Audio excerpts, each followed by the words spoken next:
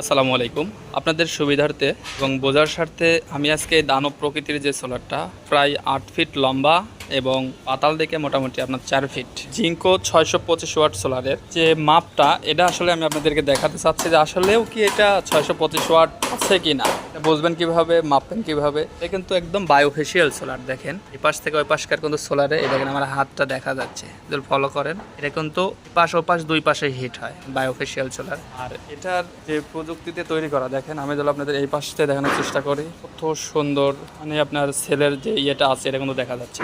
এবং এটা মাঝখান থেকে আরেকটা সেল আছে, এটাকে হাফ কাটও বলা হয়, টাইপ বায়োফেশিয়াল হাফ কাট। জিঙ্কো ব্র্যান্ডের এই সোলারটা কিন্তু অরিজিনাল। কি কারণে হওয়ার কারণটা হচ্ছে এটা সুপারস্টার ব্র্যান্ড নিজেরাই ইনপুট করে। এখানে কিন্তু আমরা ভোল্টটা আগে মাপ দেবো, ভোল্টটা আপনাদেরকে দেখাই, তারপরে এম্পিয়ারটা দেখাচ্ছি। এখানে কিন্তু রোদ কম থাকার কারণে ভোল্টটা একটু কম আসতেছে, রোদ বাড়তেছে, ভোল্টও বাড়তেছে। দেখেন এখানে কিন্তু ৪৫.৫ ভোল্ট দেখাচ্ছে। তো আমরা রোদের জন্য একটু অপেক্ষা করি, রোদে যখন সোলারটা হিট হবে দেখি তখন কত ভোল্ট আসলে দেয়। রোদের কারণে দেখেন ভোল্টেজটা আপ ডাউন করতেছে। মেঘলা রোদের কারণেও কিন্তু এখানে আপনাদের ৪৬ ভোল্ট পর্যন্ত দেখাচ্ছে। আসলে আমরা এবার এম্পিয়ারটা মাপ দিয়ে দেখবো যে আসলে এম্পিয়ারটা কতটুকু আসে, শর্ট এম্পিয়ার।